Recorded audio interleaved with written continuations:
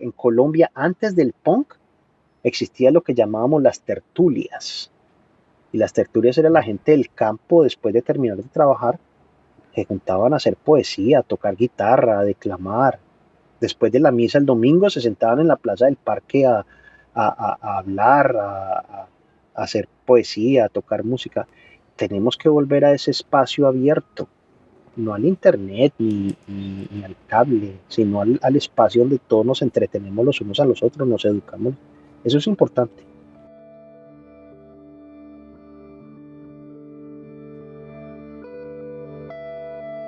Tránsitos, un podcast dedicado a la creación, la contracultura, sus espacios y sus sujetos.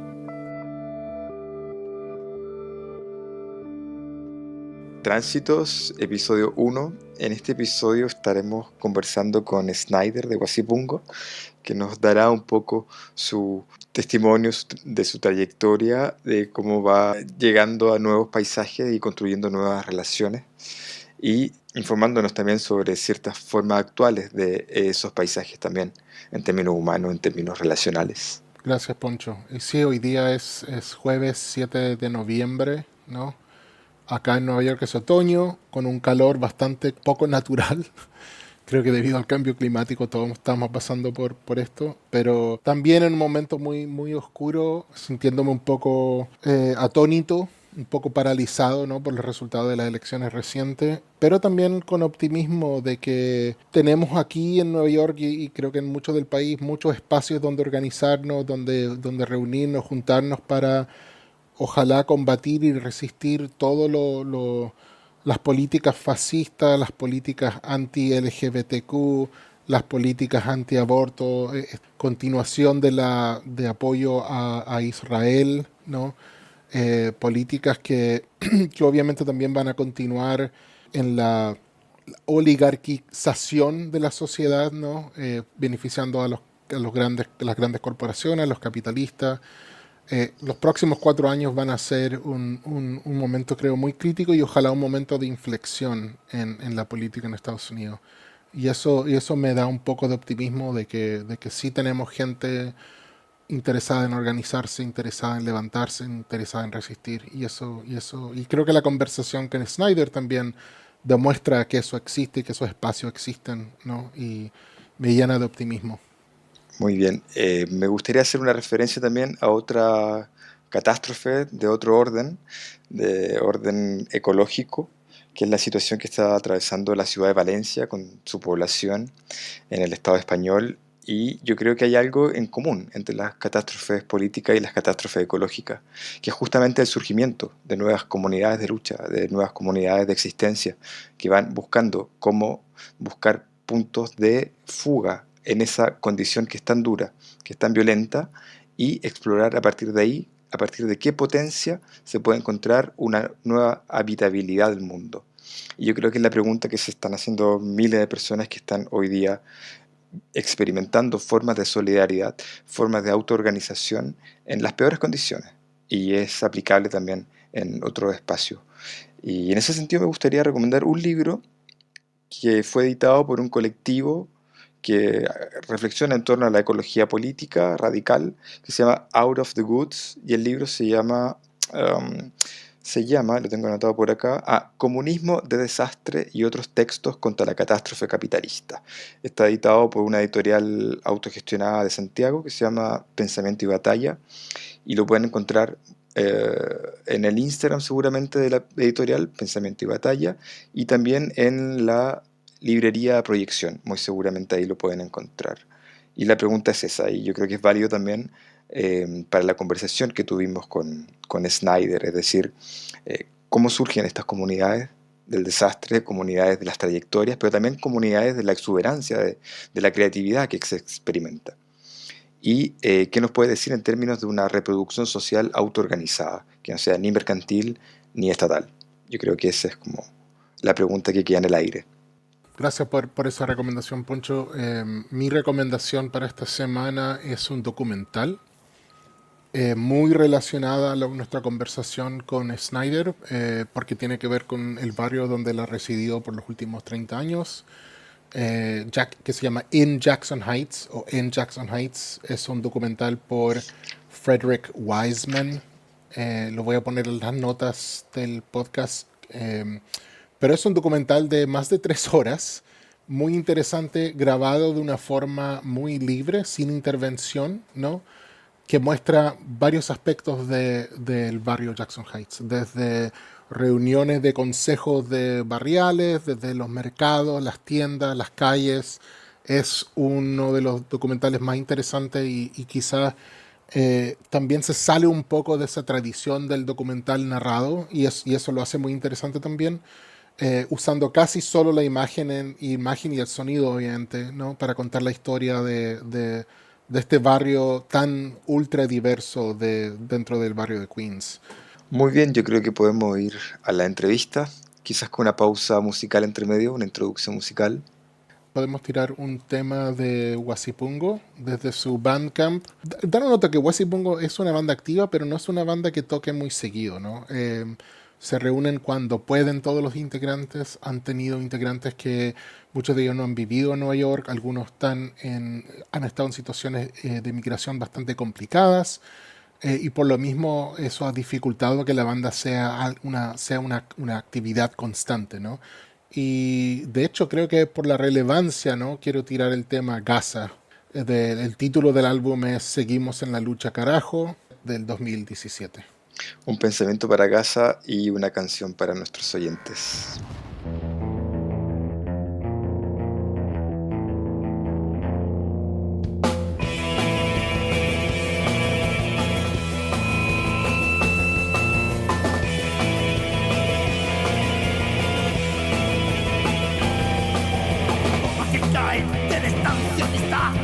Palestino, estás en la lista. Niños y mujeres mueren cada día, son acorralados, muerte, sangre fría.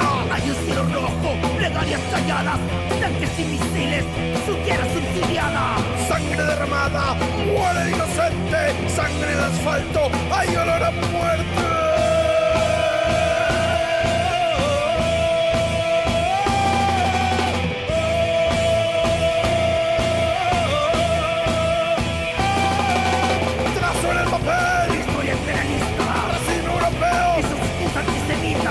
Entre hermanos, que no se repita. Holocausto, nunca más. Las Naciones Unidas, Estados Unidos. Diplomacia inepta, solo un espejismo. Diplomacia inepta, solo un espejismo. Diplomacia inepta, solo un espejismo.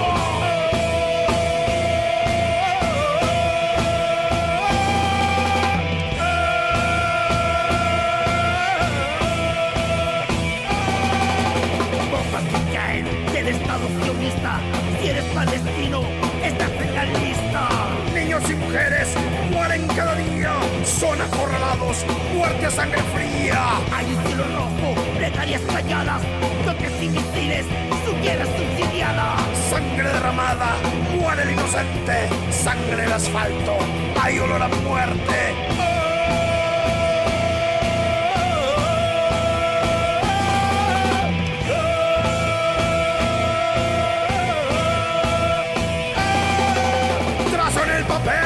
Imperialista, racismo europeo, es antisemita, guerra entre hermanos, que no se repita, holocausto, nunca más, las Naciones Unidas, Estados Unidos, diplomacia inepta, solo un espejismo, diplomacia inepta, solo un espejismo, diplomacia inepta, solo un espejismo.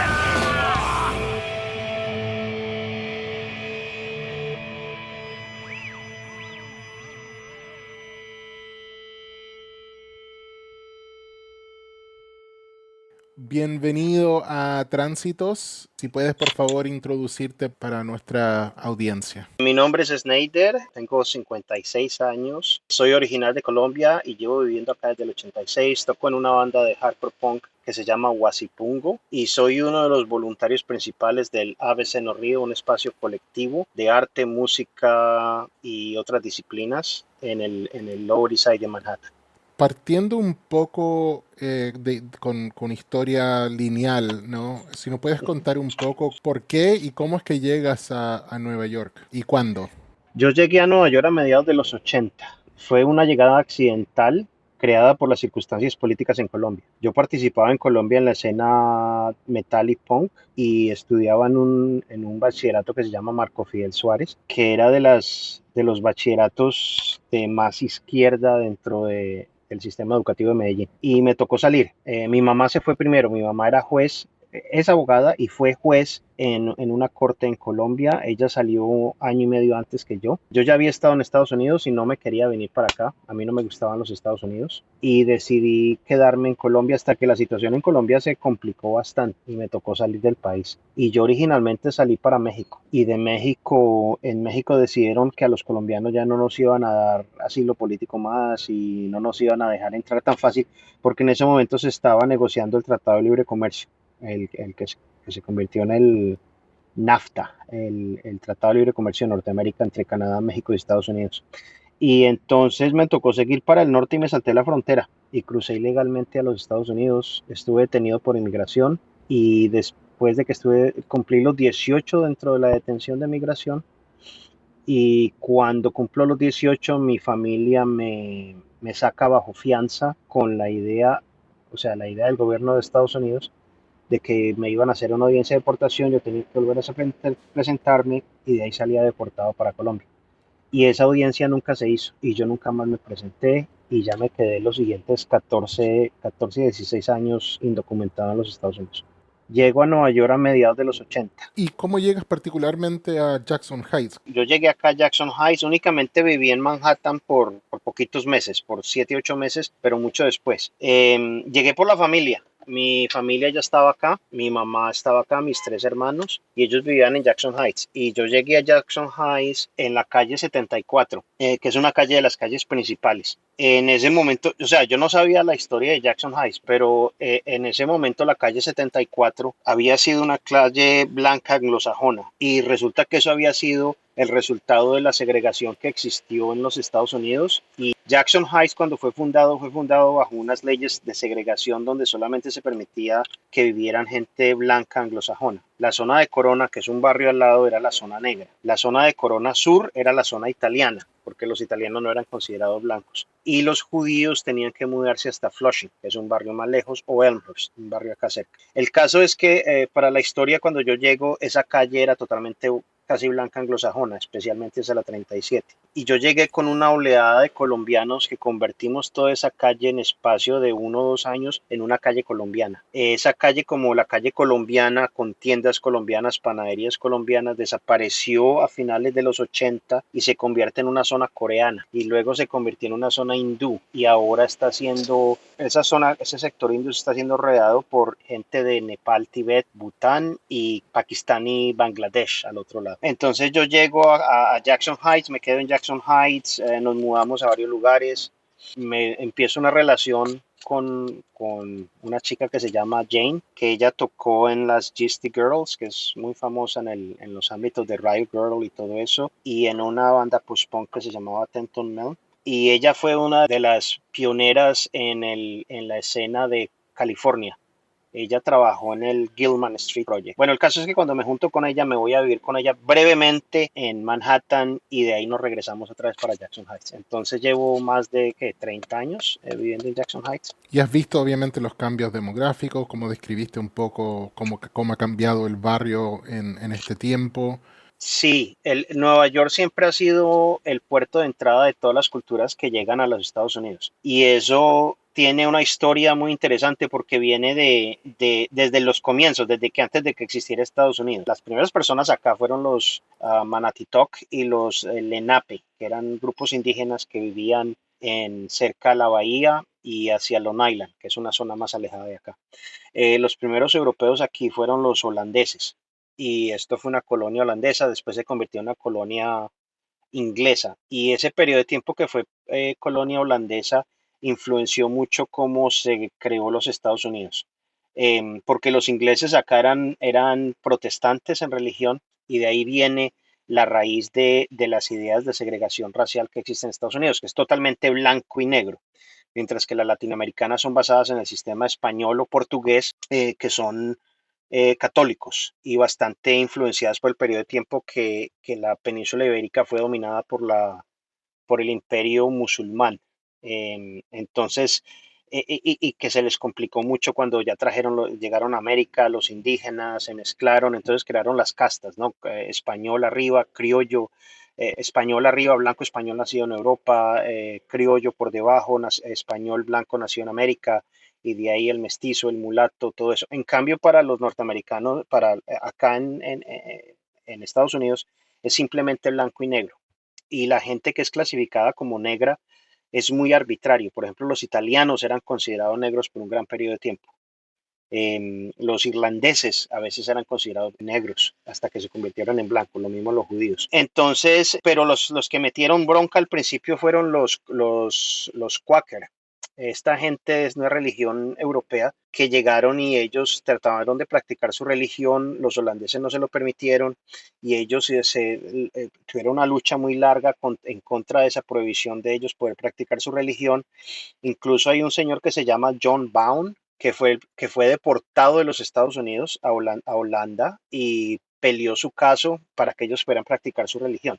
Y él regresa a Estados Unidos, a Nueva York, bueno, no era Estados Unidos todavía, regresa a la colonia de Nueva Ámsterdam y eh, negocia con el gobernador Stuyvesant y después con los ingleses cuando eso se convierte en colonia inglesa para que ellos pudieran practicar su religión y cuando Estados Unidos se vuelve un país independiente, toda esta área se convierte en la municipalidad de Flushing, que es su propia ciudad. Y esos Quakers, participaron en la creación de la carta que creaba Flushing y querían que tuviera la máxima diversidad, no querían que otras personas pasaran por la misma situación. Entonces hicieron una vaina muy progresista. Estamos hablando de 1600 a 1670, una vaina muy progresista que decía que todo el mundo era bienvenido acá, irrelevante de su religión y su credo, y más importante y relevante de su color de piel. Y esas zonas que eran de esa religión se convirtieron después en lo que llaman el Railroad Underground, que eran las cadenas de casas donde los negros del sur que se escapaban, que eran esclavos, se podían esconder, porque a pesar de que éramos un estado anti-esclavitud, teníamos tratados de extradición con estados del sur para devolver a los esclavos que se escapaban. El hecho de todo esto es que eso da bases para que nos convirtamos en una sociedad muy diversa en Nueva York y de que en Queens, por ejemplo, se hablan en 3 cuadras alrededor de donde yo vivo, han encontrado 20 idiomas distintos. De que en la ciudad de Nueva York los estudiantes en las escuelas públicas hablan 245 idiomas. De que en la ciudad de Nueva York un grupo que se especializa en estudiar idiomas ha encontrado 700 idiomas. Incluso algunos que ya no se hablan en el país de origen y solamente se hablan acá. Acá encontrás gente que habla quechua, quichua, aymara, tlapaneco, mexica, otomí, nada más de Latinoamérica. Hay gente que habla mapuche, hay gente que habla, o sea, cualquier idioma que vos te imaginas, la gente lo habla acá. Hay muchos chino latinos, hablan mandarín y castellano. Hay chino latinos falsos, la gente les dice chino latinos, pero son japoneses, de Perú y de Brasil. Entonces, sí he visto cómo la ciudad se ha transformado, la gente ha llegado más gente de afuera, ha llegado diferentes olas de migración. Como te dije, la 74 era una zona anglosajona, la hicimos colombiana, luego coreana, luego hindú, y ahora se está convirtiendo en Himalaya y zonas de Bangladesh y Pakistán. Entonces los cambios ya no pasan tan rápido como antes, pero sí pasan. Y no pasan rápido es por la cuestión de que las bienes raíces son carísimos y ya no se consigue dónde vivir, ya es muy difícil. La última oleada, por supuesto, en los medios de comunicación, todo el mundo habla de los venezolanos. De repente llegaron venezolanos por cantidades enormes, pero fue una tramoya de los estados del sur conservadores que decidieron coger a todos estos venezolanos que estaban llegando a la frontera y los subieron a buses y los descargaron en el medio de Nueva York sin avisarnos a nosotros. Y no solamente eran venezolanos, eran también venezolanos, peruanos, colombianos, haitianos, africanos de habla francesa, de Burkina Faso, Côte d'Ivoire, Senegal, y gente de Ucrania y Rusia. Pero de eso los medios de comunicación no hablan tanto. porque son blancos. Ellos se quieren enfocar en el peligro de los venezolanos. Y de un momento a otro se llenó de vendedores ambulantes venezolanos, se llenó de la gente tratando de ganarse la vida de alguna manera, y podemos hablar de eso, de qué es la realidad en contra de la propaganda. La propaganda es que estamos llenos de crimen ahora y nos hemos convertido en blanco de la ultraderecha norteamericana, de que el barrio está fuera de control, de que los venezolanos están... Y nos vuelvo a lo mismo, no es solo venezolanos, son peruanos, colombianos, haitianos, pero todos los medios solamente se están enfocando en el venezolano. Y entonces, como te digo, 700 idiomas, la diversidad aquí es brutal.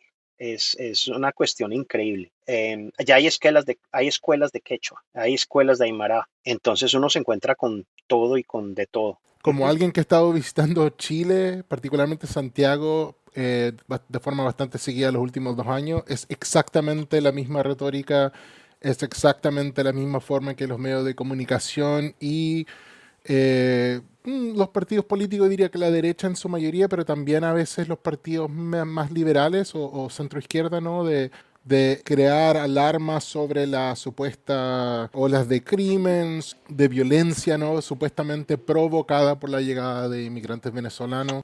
Y eso se ha convertido en una norma, yo creo que en la mayoría de América Latina, en los países también que han recibido a muchos migrantes venezolanos. Hay un paralelo muy importante e interesante ahí porque demuestra que creo que una cooperación retórica, ¿no? Hay como un plan de combinar la retórica anti-inmigrante, de culpar a un grupo específico, ¿no? Supuestamente por problemas estructurales que ya existían en estas ciudades. Para mí hay dos cosas. Una, de que en Estados Unidos siempre ha sido cierto. Cuando uno visita los museos de la migración, acá hay un museo del inmigrante que data de los años 1800. La retórica anti-inmigrante en esa época, en los años 1800, era en contra de los judíos, los italianos, los alemanes y especialmente en contra de los irlandeses. Y la retórica en ese momento decía de que se nos iba a meter la revolución anarquista. Hay que recordar que esa fue la época en que llegó Emma Goldman y llegó toda esta gente anarquista de Europa. Entonces para ellos, o sea, se nos metió la revolución anarquista por los migrantes y hubo una persecución brutal en contra de los alemanes, los judíos, los italianos. Y que gracias a esos inmigrantes fue que hubo la revuelta en Chicago que creó el día laboral de 8 horas. Pero sí, es la misma retórica. Por ejemplo, la idea de que los inmigrantes comen gatos y perros, que fue lo que Trump utilizó en su campaña electoral, esa mentira data de 1860, cuando fue utilizada en contra de los chinos, cuando trataron de pasar lo que llamaron la ley de exclusión china, que fue la primera ley anti-inmigrante en los Estados Unidos, 1860.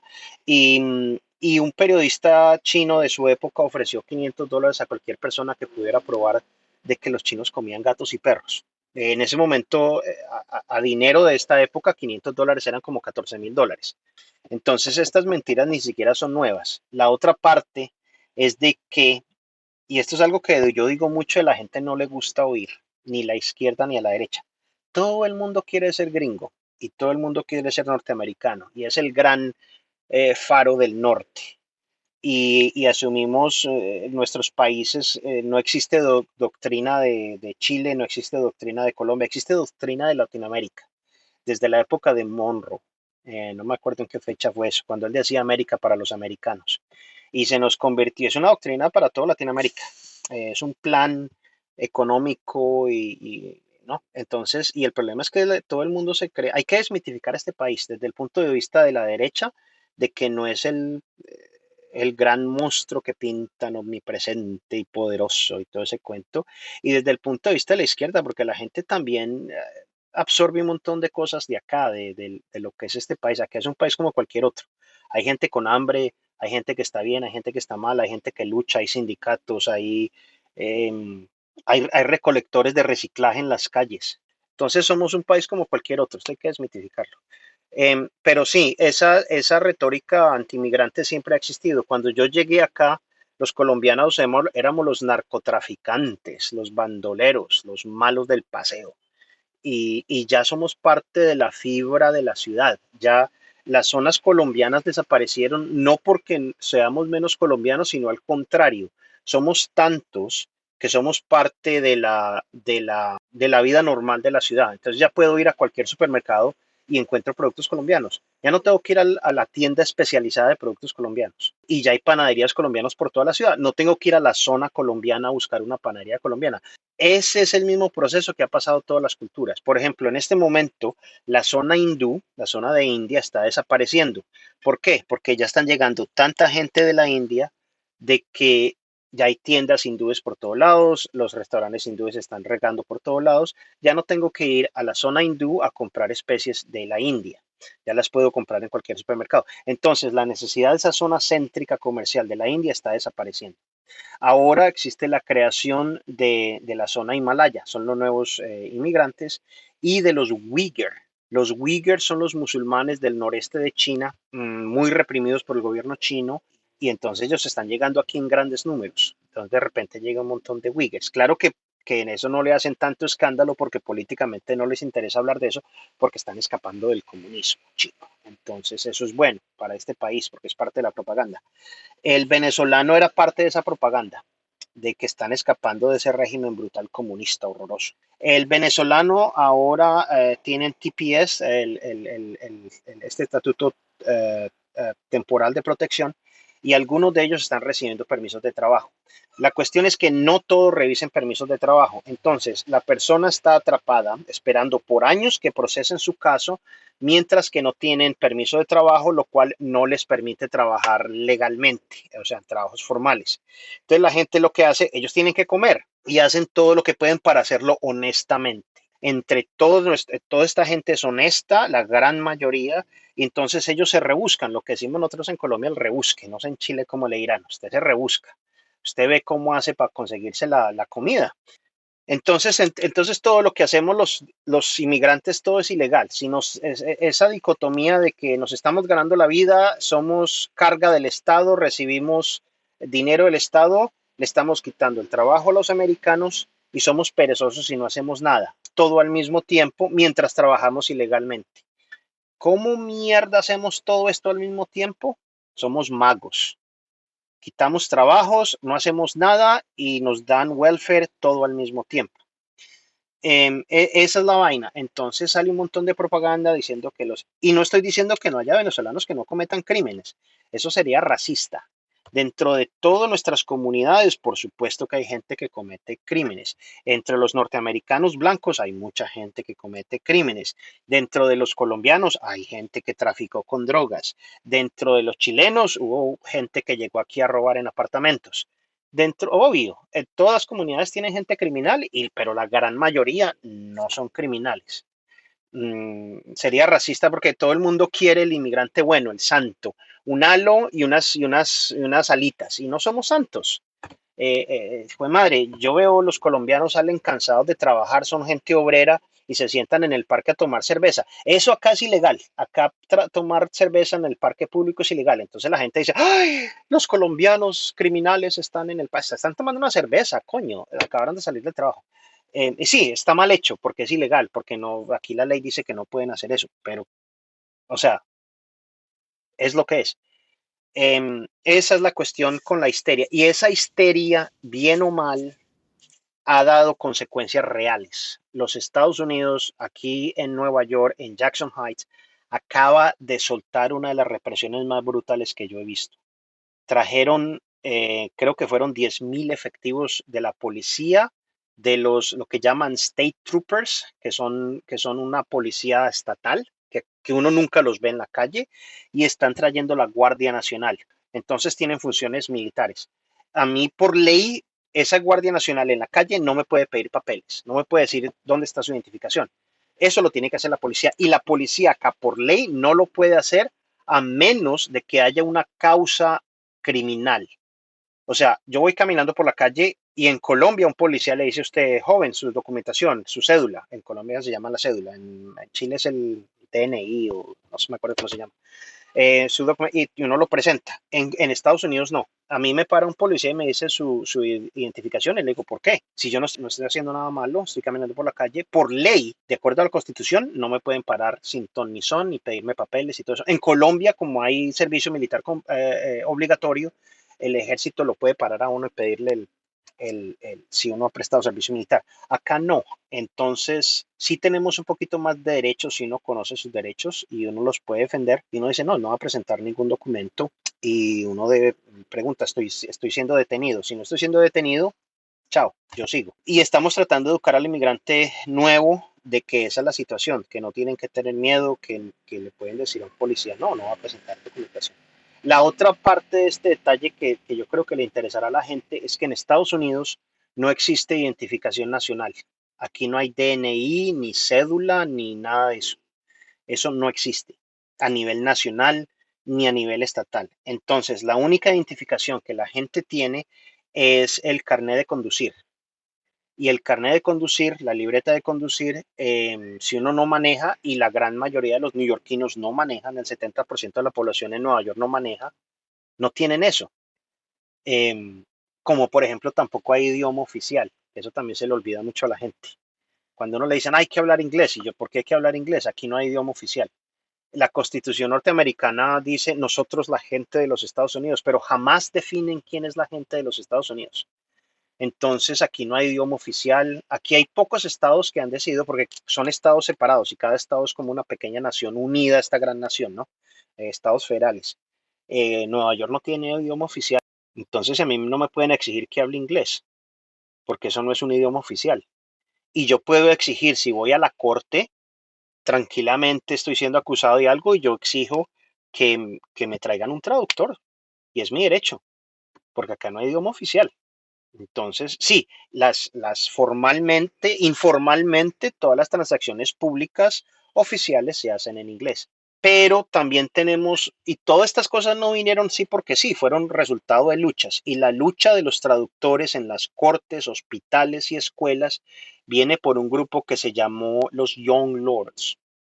Y los Young Lords es el equivalente puertorriqueño a los Black Panthers, a las Panteras Negras, a la lucha de los negros de los Estados Unidos. Los negros en Estados Unidos, la gente negra, han tenido unas luchas brutales por sus derechos y ellos inspiraron muchas otras luchas, entre ellas la de los Young Lords. Y los Young Lords tenían, creo que eran una plataforma de 13 puntos que incluía la liberación de Puerto Rico, incluía la liberación de los pueblos latinoamericanos en Estados Unidos. Increíble. Hay un muy buen libro de una mujer que se llama Iris Morales, que fue una de las mujeres feministas dentro del movimiento de los Young Lords. Se tiene un libro que se llama Through the Eyes of Rebel Woman, a través de los ojos de una mujer revolucionaria. Es acerca de esa lucha de los latinoamericanos acá, de los puertorriqueños. Y gracias a esa lucha es que tenemos traductores. Y nos benefició a todos. Por ejemplo, yo puedo llegar a un hospital y hay una lista de unos, creo que son como 60 idiomas en un póster, y uno señala el idioma que necesita, ese idioma tiene un código y el que está atendiendo teclea ese código en el teléfono, llega esa llamada a un centro de traductores acá en Nueva York y hay un traductor a ese idioma. Por esas luchas de las Young Lords y de toda la gente que vino antes que nosotros, es por lo que tampoco ninguna institución oficial de Nueva York puede requerir documentos de residencia legal para ofrecer sus servicios. Yo puedo ir al hospital, yo puedo ir a la escuela, mis niños tienen derecho a educación y nadie puede cuestionar mis estatutos migratorios. Y eso es para beneficio de Estados Unidos también, porque si la gente le da miedo ir a un hospital, fíjate, acabamos de pasar una pandemia de mierda que mató miles de personas. Entonces, si vos no tenés miedo de ir al hospital, te sentís enfermo, vas al hospital, recibís servicios y no estás regando un hijo de madre virus por todos lados. O sea, todo el mundo se beneficia. Si alguien comete un crimen y vos no tenés miedo de ir a la policía, porque la policía tampoco te puede pedir tu estatus migratorio, la teoría es que vas a la policía y denuncias el crimen. Entonces Nueva York tiene muchas conveniencias que otras partes de Estados Unidos no tienen. Y que tenemos una economía más fuerte, que tenemos un poquito de sistemas de salud, también por estas luchas que vinieron antes. No nos dieron nada, no nos han dado nada. que todo se ha sido basado a punta de trabajar muy fuerte, de organizarse, de hacer organizaciones sindicales, estudiantiles, de inmigrantes, etcétera. Y en medio de todo eso es que llego aquí a Estados Unidos y empiezo a aprender todo eso, de que aquí también hay lucha.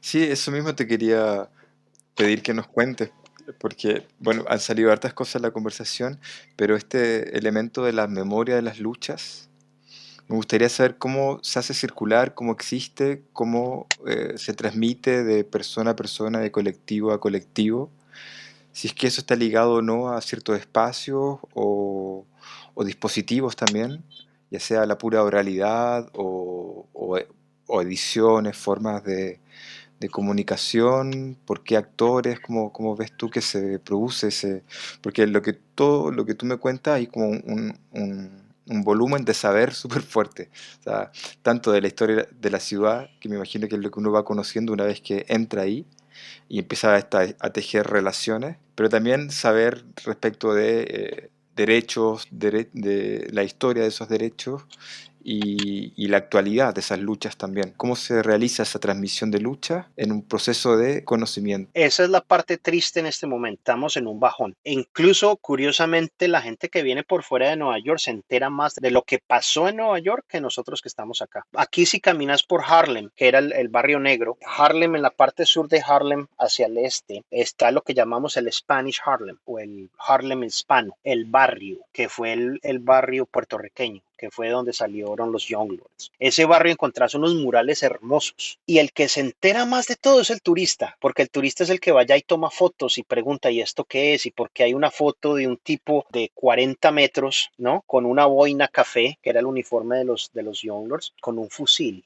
Y al lado queda el Museo del Barrio, que tiene toda esta historia documentada. Y al lado del Museo del Barrio queda el Museo de la Ciudad de Nueva York, que tiene toda la historia de las luchas laborales de Nueva York. Y hasta hace poquito te hubiese dicho una respuesta distinta. Hasta hace poquito te hubiese dicho que lo hablamos en los barrios, de que lo hablamos cuando los chicos reciben en las escuelas públicas acá, para que no digan en otros países, en Chile a todo el mundo le meten ese cuento, en Estados Unidos todo es privatizado, en Estados Unidos todo el mundo se paga. No, en Estados Unidos, en las escuelas públicas de Nueva York se le da desayuno y almuerzo gratis a los chicos, porque hay muchos chicos que lo necesitan. Y cuando el chico tiene que tomar el tren o el bus para ir a la escuela, le dan una tarjeta que le permite transporte gratuito para ir a la escuela. Sé que no me hablen de que en Estados Unidos no hay socialismo. Aquí hay un montón. Aquí hay bibliotecas públicas, aquí hay parques públicos, hay tarjetas para comprar comida gratis. Y que en las escuelas eso se enseñaba. Nosotros decíamos, ustedes tienen un desayuno gratis y un almuerzo gratis porque hubo una lucha de estos compañeros antes. Ese proceso, desafortunadamente, en este momento estamos en ese péndulo acaba de bajar. Y finalmente han empezado a cortar esa memoria colectiva. La gente ya no tiene la misma conciencia de cómo se obtuvo todas esas victorias de las que teníamos hasta hace, y te lo voy a poner cortito, 10 años. Ya ha desaparecido mucho el volante. Antes hacíamos marchas y se repartía volantes entre la gente trabajadora que llegaba. Esa parte sí existe todavía. Existen grupos que todavía tenemos volantes que le dice a la gente, usted tiene derecho a exigir un traductor, usted tiene derecho a que la policía no lo arreste sin causa, usted tiene derecho a no ser registrado por la policía sin causa. Usted tiene derecho, y el más importante, usted tiene derecho a cerrarle la puerta a la policía. Si no llegan con orden de cateo, aquí la policía no tiene derecho a entrar. Entonces, de decirle a la gente, no le abra la puerta a la policía. Eso sí repartimos mucho. Pero la conexión con la historia de dónde viene todo esto, sí se está perdiendo. Esa es la parte oscura. Ya no se habla tanto de eso como se hablaba antes. Y en este momento existe un desconecte tan grande de donde vino todo eso, al punto de que en estos barrios, que son barrios inmigrantes, que son barrios donde la gente habla inglés como segundo idioma, por ejemplo, el apoyo a los republicanos está creciendo, de que existen movimientos fascistas latinos de inmigrantes. La contradicción es increíble.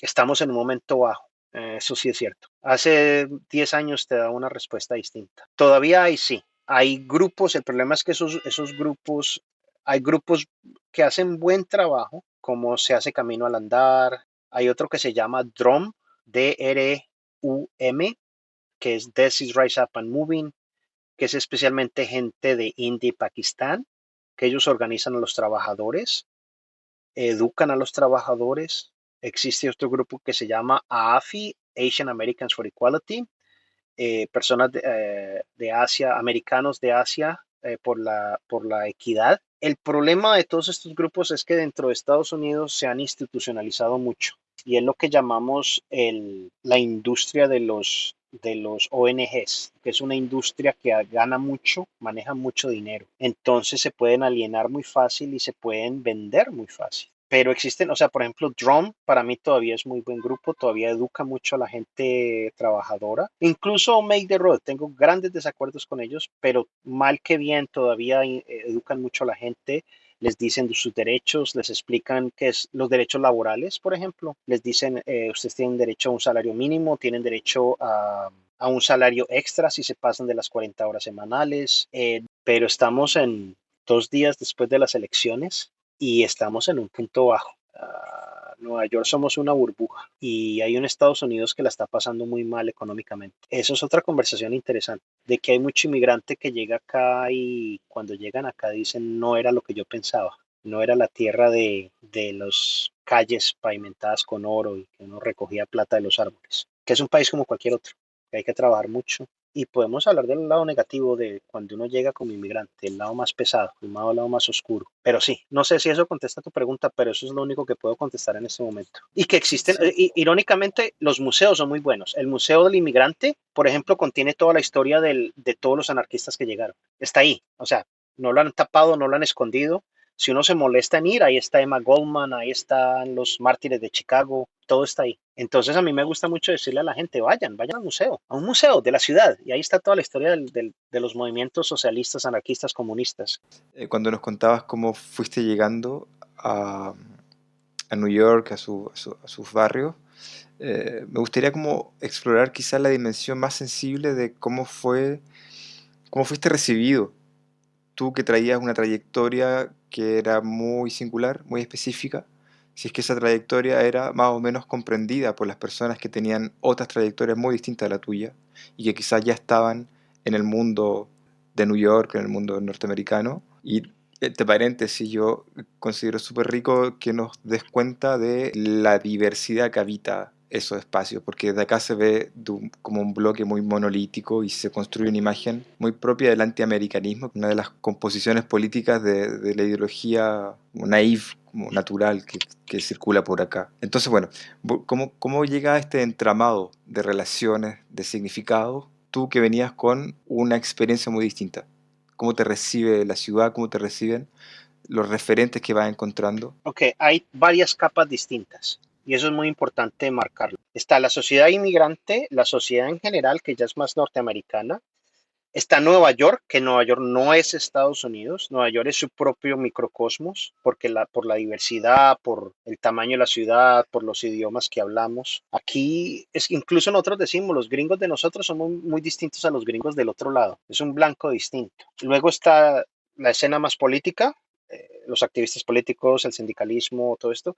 Y hablamos de la escena punk. Son capas distintas y de que cuando uno llega, voy a empezar en general, cuando uno llega es muy duro, hay muchos choques que uno se da, el invierno es muy frío, aquí hay mucha soledad.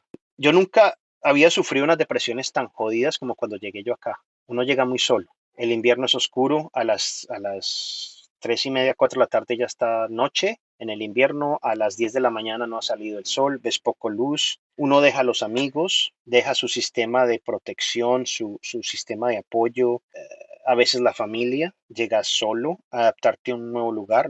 Yo no hablaba el idioma, a pesar de que mucha gente habla español, castellano. Y dentro de esas capas existe, el inmigrante asume sistemas de defensa, algunos muy positivos y muchos muy negativos. Y la forma en que se empiezan a adaptar depende mucho de muchas cosas. Por ejemplo, existe lo que yo llamo el inmigrante gueto. Por ejemplo, un colombiano llega al gueto colombiano, se adapta al gueto colombiano, decide que no quiere salir del gueto colombiano porque le da miedo, nunca aprende inglés, se queda, solamente va a los restaurantes colombianos, solo va a los supermercados colombianos y se queda ahí, estancado. Está el ya me vuelvo, el que llega aquí, ya me vuelvo. Entonces, ¿yo para qué aprendo inglés si yo ya me voy? Yo nomás vine a coger unos pesitos y ya me voy. ¿Y yo para qué pago una renta grande? Yo vivo en un cuartito, en un huequito, y porque yo ya me voy. Y llevan 20 años yéndose y no se van los hijueputas. Aquí están. Entonces nunca aprende inglés, nunca salen de ese hueco, ta, ta, ta, ta. Yo decidí que no quería ser ninguno de esos.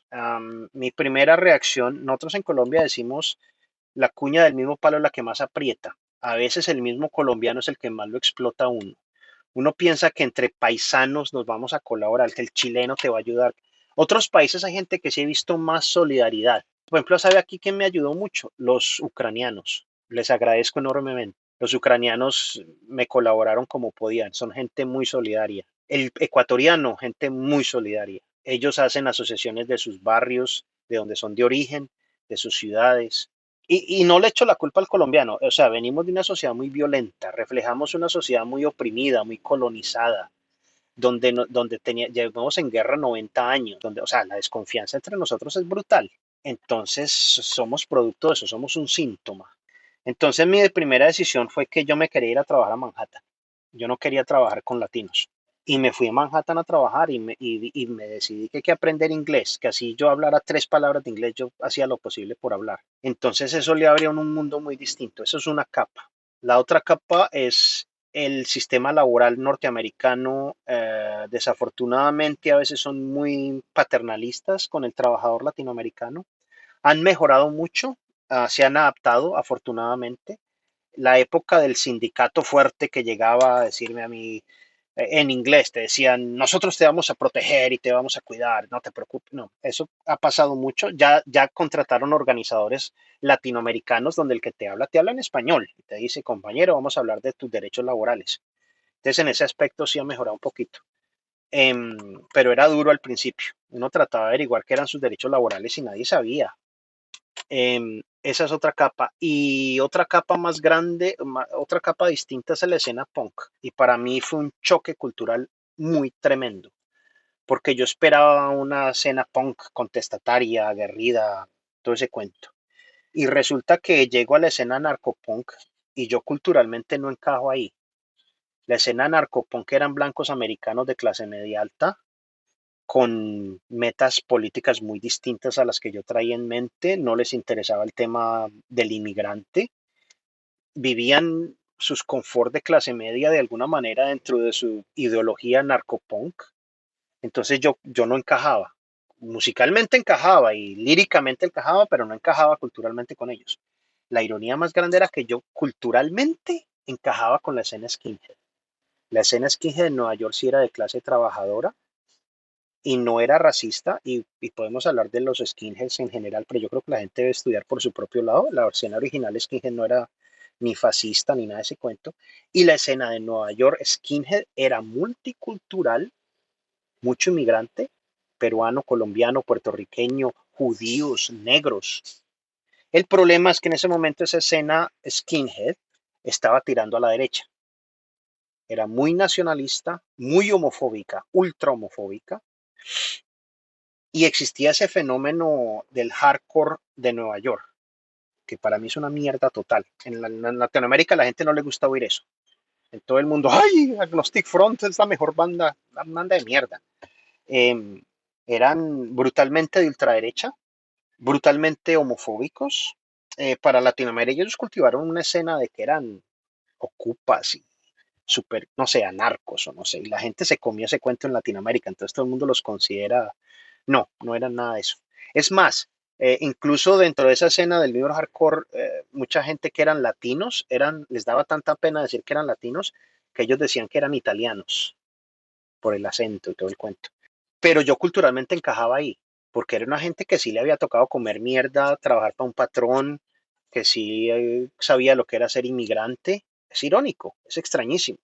A mí la gente que más me cuidó eran los skinheads, gente que yo ideológicamente tenía poco que ver con ellos, pero la gente que me cuidó en muchos conciertos eran los skinheads.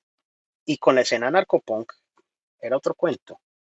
Era una clase, una vez más, blanca, americana. A mí hay bandas que rescatar. Por ejemplo, Náusea, la banda de Nueva York, fue las primeras amistades que yo hice acá. Y a mí me costó hacer amistades dentro de la escena, por eso. Uno era como el patito feo del cuento. Este latino no hablaba bien inglés, no conocía a todo el mundo.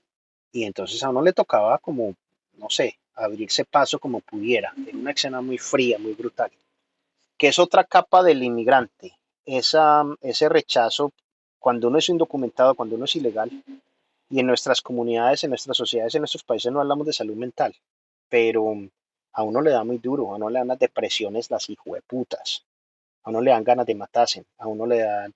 Y por ejemplo, eso hace mucho estrago por el alcohol y las drogas. Uno empieza a tomar alcohol porque es un lubricante social y de pronto empiezan a tomar más y más y más y más. Ese es un tema interesante, las drogas en Estados Unidos, porque en Estados Unidos, y yo como colombiano, es una vaina que es muy personal, es una vaina que destruyó mi sociedad, es una vaina que financió escuadrones de la muerte, tráfico de cocaína, ha financiado la ultraderecha norteamericana, perdón, la ultraderecha, sí, ultraderecha norteamericana y la ultraderecha colombiana se han beneficiado enormemente del tráfico de cocaína y de que Estados Unidos consume más drogas que los siguientes 7 países juntos. A mí me tocó ver gente que yo nunca había visto meter tanta droga en el puto mundo. O sea, ver un gringo meter coca es una aspiradora. En Latinoamérica, ¡ay! Somos tan borrachos y tan adictos y no sé qué mierda, nadie consume aquí acá. Lo que pasa es que acá no hay consecuencias para mucha gente, especialmente gente blanca, clase media alta. Los cogen metiendo, porque, y podemos hablar políticamente de eso porque es muy complicado, porque la gente pobre en los 80 usaba crack, que es como la pasta básica. Y si a usted lo cogían con pasta básica, le metían unas canazos, o sea, cárcel de gran extensión. En cambio, la clase media alta usaban cocaína, a pesar de que químicamente es prácticamente la misma sustancia.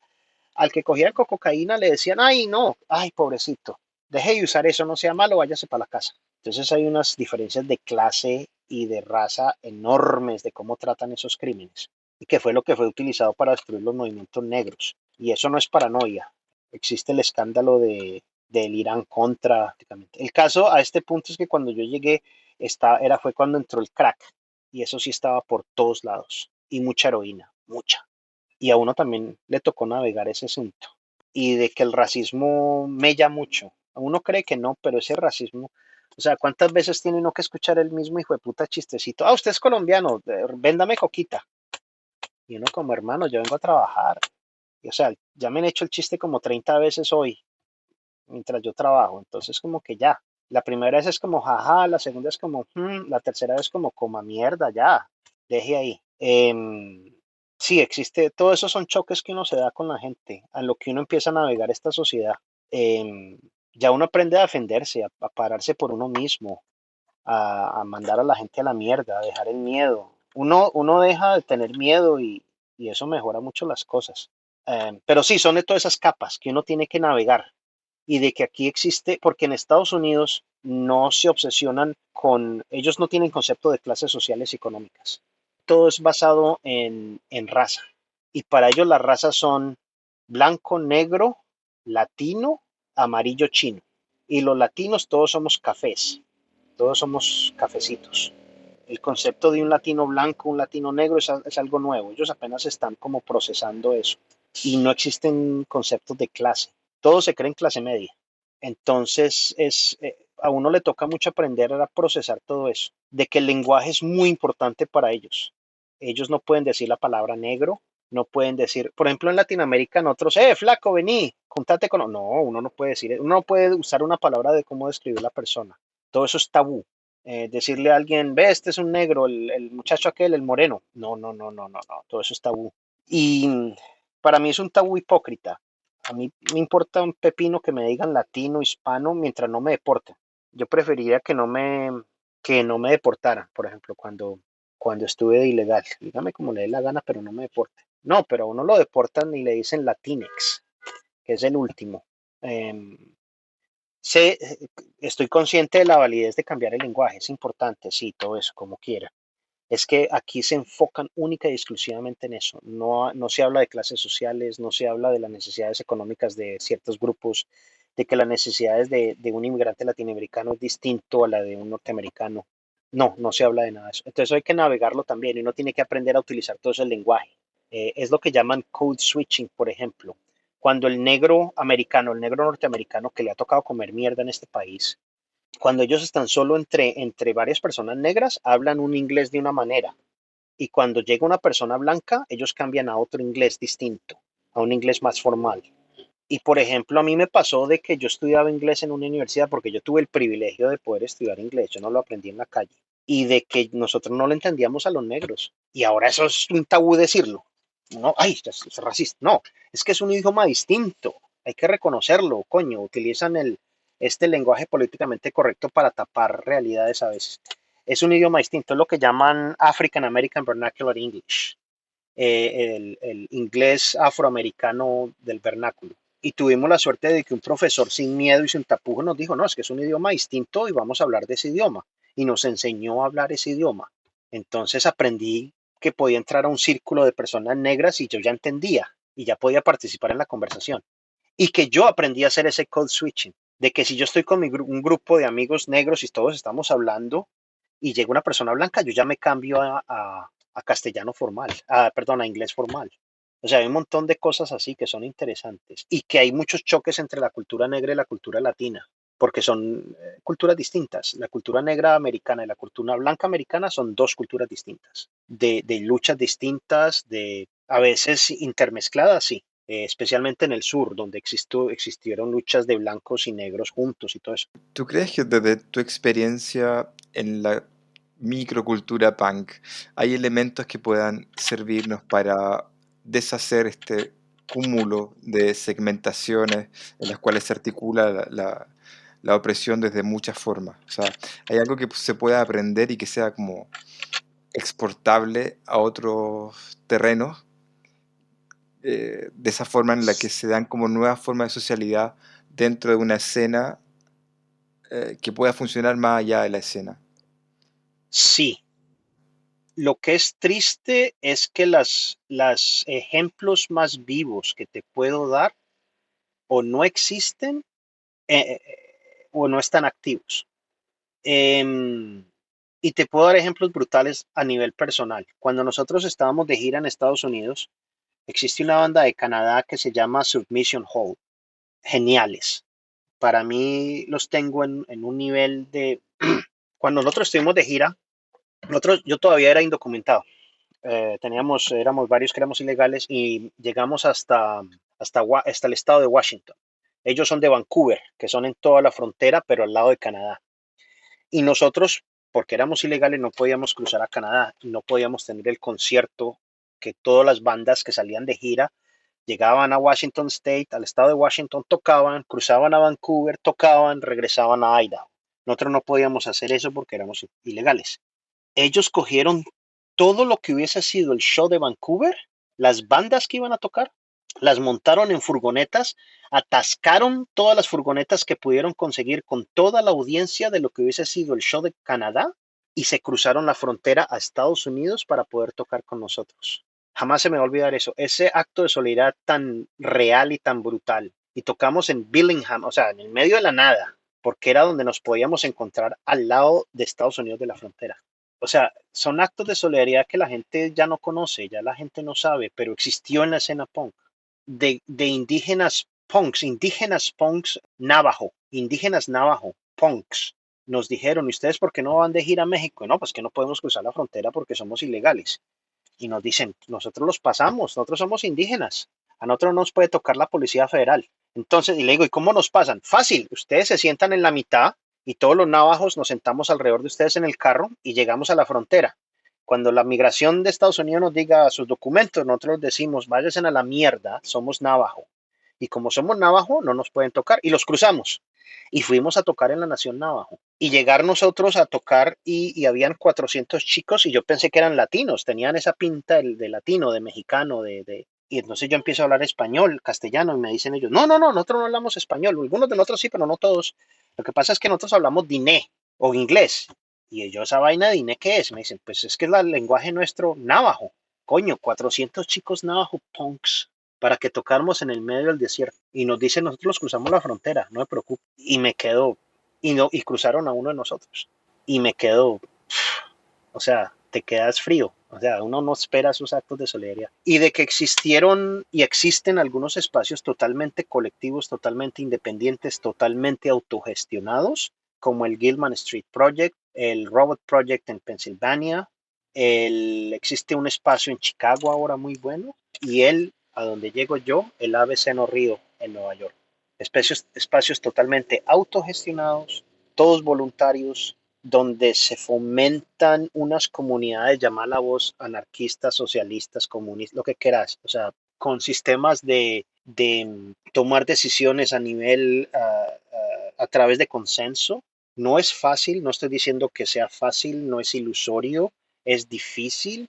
La gente tiene unos conceptos de que el anarquismo, o estos sistemas socialistas o lo que sea, o estos colectivos, no todo el mundo hace lo que quiere. Ese anarquismo infantilista de, ay, nadie me dice a mí qué hacer, a mí nadie me puede parar para tomar, no, es una cosa muy distinta. Es una vaina donde todos discutimos, conversamos, hablamos. Y para mí la victoria más grande a nivel personal es de que la ABC existió y existe, porque todavía existe. Estamos construyendo un edificio nuevo, va a tener 6 pisos, de que hicimos conciertos 20 años totalmente autogestionados colectivos, donde le hicimos frente a grupos fascistas que nos querían matar. La victoria más grande fue eso, que existimos mucho tiempo y vamos a continuar existiendo. La derrota más grande de esa experiencia es de que mucha gente no aprendió de nuestra experiencia, de que en una ciudad del tamaño de Nueva York deberían existir no uno, sino 2, 3, 4, 5 aves en los ríos, de que cada bodro debería tener uno, de que mucha gente hace pequeños colectivos acá, pero no son colectivos en realidad. Es una persona dirige y manda y el resto obedece.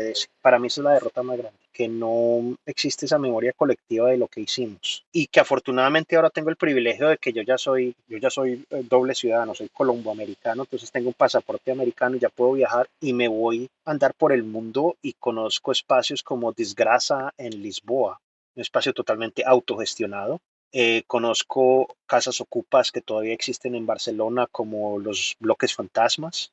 Conozco espacios en Grecia totalmente autogestionados, que no es lo que eran los 80 y los 90, donde éramos miles a través del mundo y teníamos o sea, yo podía salir de gira por todo el mundo sin tocar un espacio comercial y que me iban a alimentar, me iban a sacar los discos, me iban a distribuir. No es como en esa época, pero todavía existen. Y yo creo que la derrota más grande es que no todo el mundo los conoce. Uh, yo creo que para mí es una mezcla de sinsabores, de que lo hicimos, lo logramos, pero no, la gente todavía no ha podido aprender cómo es trabajar en un colectivo. De que si alguien estaba en desacuerdo con nosotros, no estoy de acuerdo cómo funciona el colectivo de la ABC, listo, vaya, haga su propio colectivo, como usted crea. Y si es algo que nosotros consideramos válido, lo vamos a apoyar, así no estemos de acuerdo. Eso no pasa.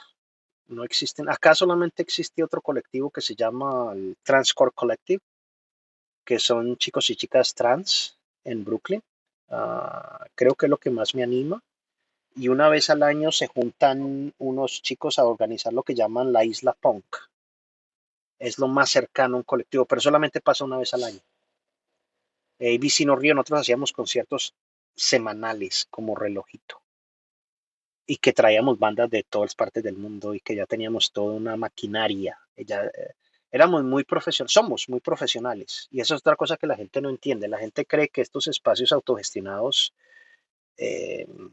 son al garete. Todo el mundo hace. No, éramos bastante profesionales y somos bastante profesionales. Tenemos activa, abrió ayer, por ejemplo, al público, una de las hemerotecas de fanzines más grandes de todos Estados Unidos. Tenemos cuartos oscuros de fotografía, tenemos talleres de serigrafía. Entonces uno puede entrar por un lado y yo te digo, mira, así se hace un fanzine, así se hace una camiseta, así se toca 3 acordes de guitarra, hágale. Eso es poderoso y la gente no entiende el poder que es eso. Quería volver a eso, de hecho, un poco más en detalle sobre cómo encuentras ABC No Río, y en ese contexto, cómo se forma Huasipungo, ¿no? Y hay algo que siempre me ha llamado la atención desde afuera, ¿no? Que hay un momento hacia finales de los 80, principios de los 90, que se forma una estética casi de la banda ABC No Río, ¿no? Sobre todo fuera de Nueva York y fuera de Estados Unidos. Uh-huh. Y estoy hablando de Huasipungo, Citizens Arrest, Go, Born Against, Rorschach, ¿no? Se forma como esta idea de que hay ciertas bandas que se convierten un poco en íconos, ¿no? de ABC No Río como espacio y como colectivo, que eso me parece muy curioso. Hay muy pocos lugares en el mundo donde uno dice la banda CBGB, ¿no? O la banda sí. Gilman Street, o la banda no sé, de teatro Nescafé. Es algo Sí, muy específico que ocurre en este contexto. Entonces, una pregunta un poco de tres partes, ¿no? ¿Cómo se forma sí, sí. Huasipungo en este contexto? ¿Cómo llegas a Beceno Río? ¿Y qué significa un poco eso, esa estética compartida? Porque obviamente son bandas muy distintas, Huasipungo de identidades muy distintas y en muchos Ujú. casos de lugares muy distintos. Ok, so yo empiezo a llegar a la escena punk gracias a mi mamá en realidad, porque mi mamá me decía, mi mamá es una persona muy progresista en muchos sentidos. Mi mamá me decía, yo sé dónde se juntan esos peludos que tocan música loca que a usted le gusta, y ella fue la que me dijo, váyase para el CBGB's, me mostró cómo llegar al CBGB's. Entonces yo llego al CBGB's cagado de miedo en un Lower East Side, en esa época que era muy volátil, con mucha droga, y empiezo a ir al CBGB's. Y el CBGB's empieza una escena muy violenta, muy homofóbica, empiezan a haber muchas peleas, los skinheads golpeaban gente. A mí no me pasaba nada porque los skinheads yo les caía muy bien. Ellos decían, no, el pelado colombiano, todo bien con él y me dejaban tranquilo y me protegían. O sea, habían los decíamos los gemelos, que eran dos puertorriqueños inmensos y sabían que yo era inmigrante colombiano. Y entonces me decían, no, si un man sobrevivió Colombia, sobrevive lo que sea. Entonces me cuidaban. Esas cosas pasaban. Y, y después de eso, esa violencia empezó a incrementarse a un punto fuerte y que la derecha hizo estragos en la escena. Fue en la época de Ronald Reagan, que habían bandas de Nueva York que cantaban Ronald Reagan es mi héroe, y cosas así, o sea, ultraderecha brutal. Es cuando Agnostic Front saca esa canción, y no estoy diciendo que Agnostic Front sea fascista, pero sacaron una canción protofascista que era Welfare no sé qué, que hablaba de esa gente en welfare, que había que, o sea, hacer una limpieza social en Estados Unidos, refacho el asunto. Y que ellos hacían eco a un montón de ideologías de ultraderecha. La escena empezó a hacerse más y más violenta y entonces yo empiezo a buscar alternativas de otros conciertos y entonces ahí es cuando sale la escena anarcopunk más de squats, de los ocupas y encuentro gente como Ralphie, como Neil Robinson que fue el primer cantante de Nausea, Ralphie después cantó en Jesus Christ, encuentro bandas como False Prophets, incluso los mismos Bad Brains. Bad Brains tocaban A7, que era otro club más abajo del CBGB's, y una vez los vi por accidente. Estábamos en una casa hecha mierda, en una casa ocupa, había unos equipos ahí tirados, bandas tocaron, todos sonaban como el culo. Entonces decían, no, es que los equipos son una mierda, no sirve. Y se suben cuatro negros a tocar, y eran los Bad Brains, y no eran los equipos. Era un sonido, o sea, nos volaron la cabeza. Y se ponen a pensar que hay otro punk, hay otros punks hechos de otras maneras, de otros sonidos, eh, desde otro punto de vista. Después conozco a Freddy Alba, que es un chico peruano, que es el que me empieza a presentar un montón de gente. Me presenta a la gente que eventualmente se convierten en Citizens Arrest. Me presenta a la banda Absolution, que es como pre-ABC No Río. No es como ABC No Río, pero es como pre-ABC No Río. Me presenta un montón de gente y empezamos a ir a los conciertos y me presenta otro muchacho que se llama Mike Bullshit. Y Mike Bullshit eventualmente crea una banda que se llama Go. Él tocó en una banda que se llamaba SFA. Y en medio de todo esto, él sale del closet y él dice yo soy gay, por lo cual causa una gran reacción violenta. Al tipo lo golpean un par de veces y nosotros, bueno, ¿cómo vamos a hacer para hacer conciertos? A Mike lo quieren matar, todas estas cosas pasan. Y, y conocemos otra banda que se llama Bug Out Society, que para mí es muy importante porque representa una clase trabajadora que en este momento es considerada blanca, que antes no era considerada blanca, um, que son los irlandeses americanos y los italiano americanos. Muy buenos chicos, pero es una banda divertidísima, es una banda que no se toma nada en serio, todo es un chiste y es una joda, pero tienen muchas ganas de hacer, tienen mucha energía. Y ellos los invita otra banda que se llama God's My Copilot, Dios es mi copiloto. Los invitan a tocar un espacio en el Lower East Side que es ABC No Río. ABC No Río existía de 1980, era un colectivo de artistas, era una situación de ocupa, aunque no oficial, es una historia muy complicada. y tienen un espacio abajo, una galería de arte. Ellos han tenido una lucha muy grande. En ese momento ya tenían más de 6 años peleando con la ciudad para mantener y preservar su espacio y permiten este concierto. Ghost Michael Pyler es una banda más experimental. Bogart Society es una banda hardcore, pero una hardcore chiste. Y ellos, Bogart Society habla con Mike Bullshit y traen a Mike Bullshit y decimos, bueno, ¿por qué no hacemos un concierto? Ya en ese momento se forma Citizen's Arrest. Entonces traen a Citizen's Arrest y decimos, hagamos un concierto. Hicimos un concierto y ahí es cuando sale la primera vez, por esa experiencia de Mike y la escena homofóbica y todo eso, se hace un volante en donde se dice, no se permitirá ni homofobia, ni sexismo, ni racismo. Simple, fácil. Esas tres frasecitas se convirtieron en el caballito de batalla y se convirtieron en el blanco. Eh, o sea, para mí ser antirracista, ser antihomofóbico, ser abierto, es como lo básico para ser un ser humano decente. Pero decirlo abiertamente en ese momento implicó que nos amenazaran de muerte y eso nos dio más fuerza a seguir. Y decimos, vamos a hacer otro concierto y vamos a decirlo más grande y más fuerte. No se permitirá nada racismo, ni homofobia, ni misoginia, sexismo. Y nos dio resultado. O sea, en ese momento éramos 10 personas, 15 personas. Al siguiente fuimos 15. Al siguiente fuimos 20 y ya dijimos, esta vaina está buena. Y entonces ya pusimos la idea de que no necesitamos que nadie nos dé la escena en una bandeja de plata. Era lo que decíamos. La escena somos nosotros y la vamos a hacer nosotros, sin las grandes corporaciones, sin los promotores, sin nada de eso. Lo hacemos nosotros. Hazlo tú mismo.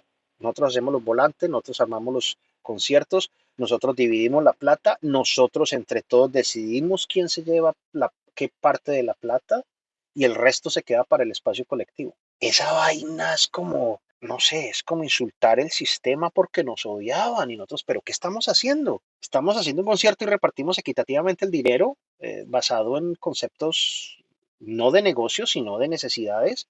Eso no se hacía. Entonces empezaron los ataques y la vaina, y entre manos atacaban, más hacíamos. Y ahí empieza el conceptito de las bandas del ABC. En el 80 llegando al 89, estaba yo en el ABC, estábamos limpiando, y alguien me dice, ve, hay otro chico latino acá. Entonces voy y lo presento, y es un chico que se llama Iván, de Perú. Entonces empezamos a hablar y me dice, armemos una banda.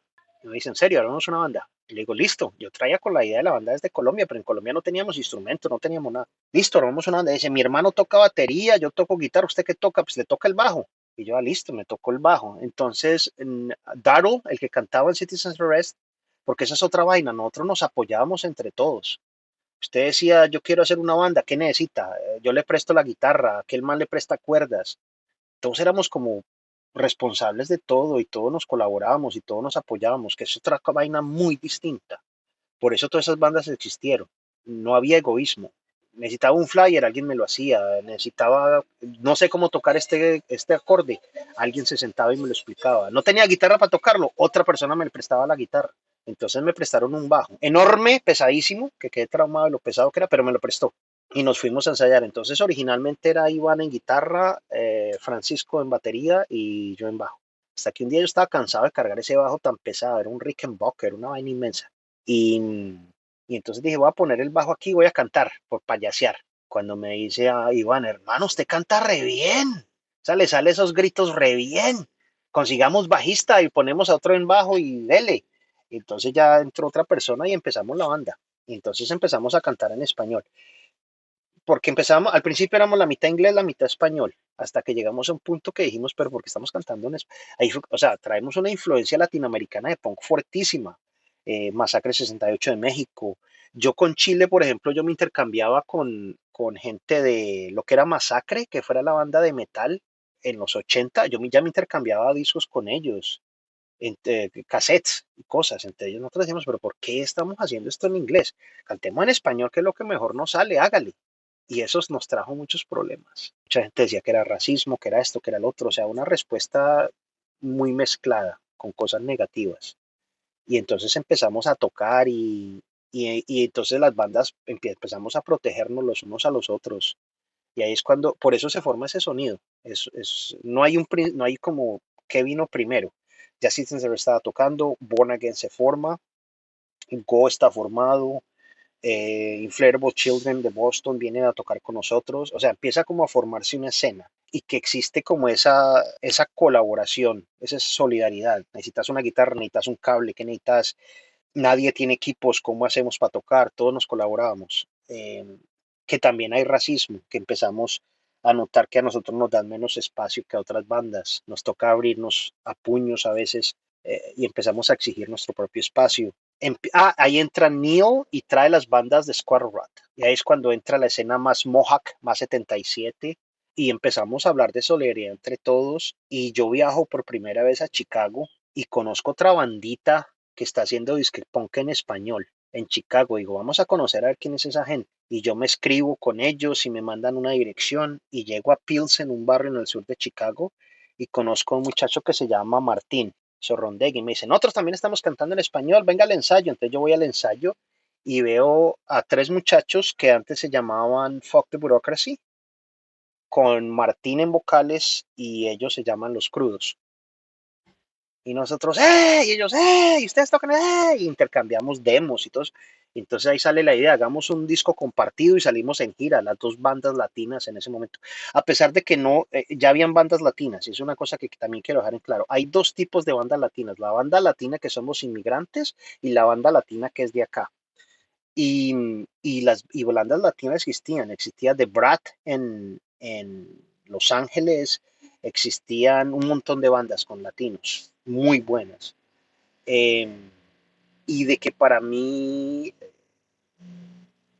existía una banda de Los Ángeles que fue la primera, antes que Los Crudos, antes de Guasipungo, existía otra banda, se me está escapando el nombre en este momento, existía otra banda en Los Ángeles, que fueron los primeros, para mí, el primer, de afuera, que eran inmigrantes. Los Ángeles tienen un nombre en castellano. Ahí tocó un chico que tocó en Dogma Mundista después, de México. Bueno, esa banda tocó allá, nosotros empezamos a tocar acá. Ya ahí Vicino Río explotó como el lugar donde la gente podían tocar. Rehusábamos hacer contratos, rehusábamos dar garantías. O sea, lo que entraba, entraba y lo que entraba se repartía. Y como todo el mundo sabíamos que era gente honesta, que nadie se iba a robar un centavo, aquí podía venir a tocar Citizen Fish, por ejemplo, y no exigía un contrato. Y ellos sabían que cuando íbamos, ellos ni siquiera llegaban al cuarto donde estábamos repartiendo la plata. Nosotros les decíamos, si quieren ver cómo vamos a repartir la plata, vengan al cuarto. Ellos, no, fresco. Porque ellos sabían que nosotros íbamos a decir, si entraron $100, van a ser 80 para esta banda, 10 para ABC, 10 para, o sea, todo se repartía de acuerdo y la parte de ABC, y todo para el colectivo. Que nadie iba a tocar un peso. Eso es una confianza muy grande. Y es como, el dólar vale, porque todos decimos que el dólar vale, ¿no? Entonces todo el mundo dice, el dólar vale tanto. Entonces todos tenemos ese concepto. Esto es lo mismo. Las escenas, si llegamos a un punto de que todos decimos esto vale y todos nos confiamos y nadie va a robar, nadie va a tomarle ventaja a nadie, todos vamos a colaborar, todos vamos a estar en solidaridad con todos, esta vaina funciona. Y es como cambiar ese chip en la mente de que podemos hacer un trabajo colectivo donde todos hacemos y que todos nos tenemos confianza. Y funcionó, 20 años funcionando, eso es brutal. Y que tuvimos conciertos inmensos donde vamos a haber salido muertos porque metimos 400 personas en un espacio que no cabían sino 20. Que tocó Hoy por Hoy, que tocó Citizen Fish, que el primer concierto de Green Day cuando eran punks fue en el ABC, que tocó Spring, que tocó, qué sé yo, Raw Power de Italia, que entonces las bandas internacionales empezaron a decir, no, si llegamos a Nueva York va a haber un grupo de gente muy responsable que nos va a responder, que nos va a pagar, que nos van a alimentar, que nos van a hacer esto, esto, esto y esto. Eso es una victoria, pero brutal. Y que esa confianza es lo que crea ese ambiente que germina. Entonces germina bandas, germina fanzines, y que germinó actividad política porque muchos chicos que llegaron al ABC, se formaron en el ABC y vieron cómo funcionaba un colectivo y esas actividades de solidaridad no terminaron haciendo bandas punk, sino que esa experiencia la explotaron en hacer grupos de trabajadores para luchar por sus derechos Un chico terminó siendo uno de los grupos de gente de la calle más grande de Estados Unidos para luchar por sus derechos, que germinó gente que abrió espacios en otras ciudades, que germinó muchas ideas, que germinó gente que terminó siendo grandes artistas, gente que llegó y pintaba un cuadrito mamarracho en el ABC y nosotros le decíamos, hermano, pinte, háganos un volante. Y ahora son grandes artistas. Eso germina. Esos espacios creativos sin ánimo de lucro, porque no, yo a usted no le doy concierto porque no me va a traer 40 personas que van a tomar, porque lo importante es consumir. No, para nosotros no consumíamos porque nosotros no vendíamos alcohol ni vendíamos ni mierda. Entonces lo importante era crear y participar. Eso es un enfoque muy distinto y esa es la diferencia de un bar a un espacio colectivo, por ejemplo. El bar está enfocado en traer una banda que va a traer un montón de gente que consuman para que haya una cierta ganancia. Y no estoy diciendo que no, la plata no sea necesaria, porque estamos viviendo un sistema capitalista. Entonces hay que tener plata para tener equipos, hay que tener cuerdas, hay que tener transporte, la banda tiene que pagar gasolina, tiene que pagar un vuelo de Escocia o de España o de donde sea, mientras no haya una revolución, que esto se haga de otra manera, hay que tener plata para hacer estas vainas. Entonces pero lo hacemos, se hace.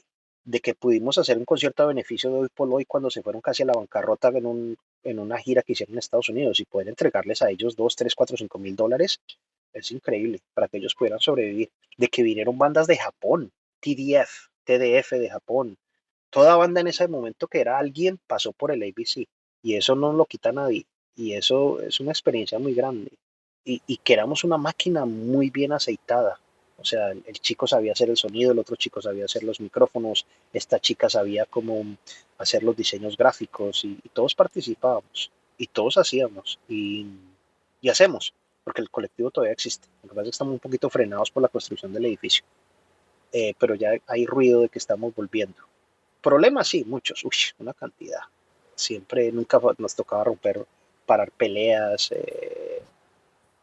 Incluso eso es otra cosa que es interesante trabajarla desde el punto de vista colectivo. Nosotros sabíamos cómo, teníamos posiciones para parar una pelea. Todos sabíamos qué hacer.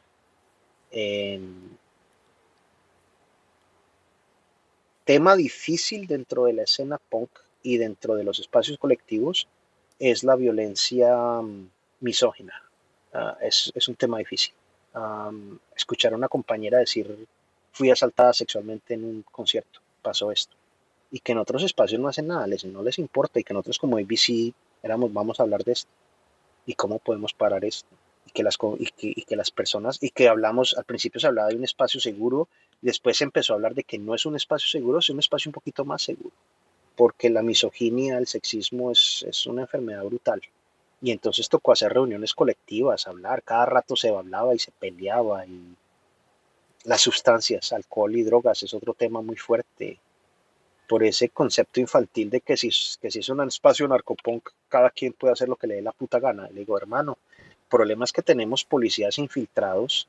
Y entonces, ¿cuál es el balance? ¿Cómo hacemos que un policía infiltrado no lo vea usted usando una droga aquí que lo utilice para cerrar todo el espacio?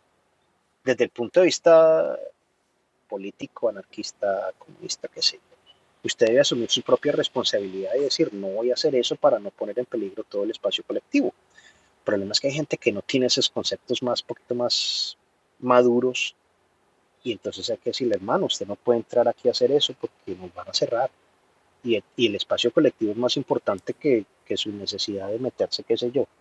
Hágalo en otra, y no le estoy diciendo que no lo haga, hágalo en otra parte. Yo puedo hablar con usted acerca de lo que es hacer o no hacer. Incluso salió un movimiento, no straight edge, pero gente que se recuperó la drogadicción. Hay punks dentro del ABC que son gente que pasaron por unos problemas de adicción brutales que están ahora en recuperación. Y ellos lo hablan abiertamente, que la drogadicción también es un tema político que es delicado y que hay que hablarlo en los espacios colectivos y que puede tener un precio muy alto. Y si el precio es la desaparición del espacio colectivo. Quería hablarte sobre, o que contaras un poco sobre otra trayectoria muy importante tuya, ¿no? Y que tiene relación con la comida. Uno de los trabajos por lo que eres conocido también era porque fuiste chef de Angelica Kitchen, ¿no? Un restaurante vegetariano, un poco una Sí, institución que existió en Nueva York.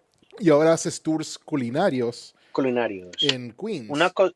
sí, muy importante para mí especificar que yo no soy vegetariano, ni nunca he sido vegetariano ni vegano.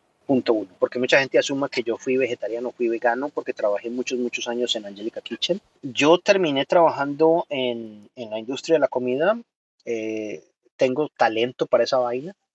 La industria de la comida es una industria muy difícil acá en los Estados Unidos, en muchos países también. Es una industria que explota mucho a la gente, es una industria muy negativa, de mucha drogadicción, mucho alcoholismo, hay violaciones, hay abuso laboral, hay muchos problemas.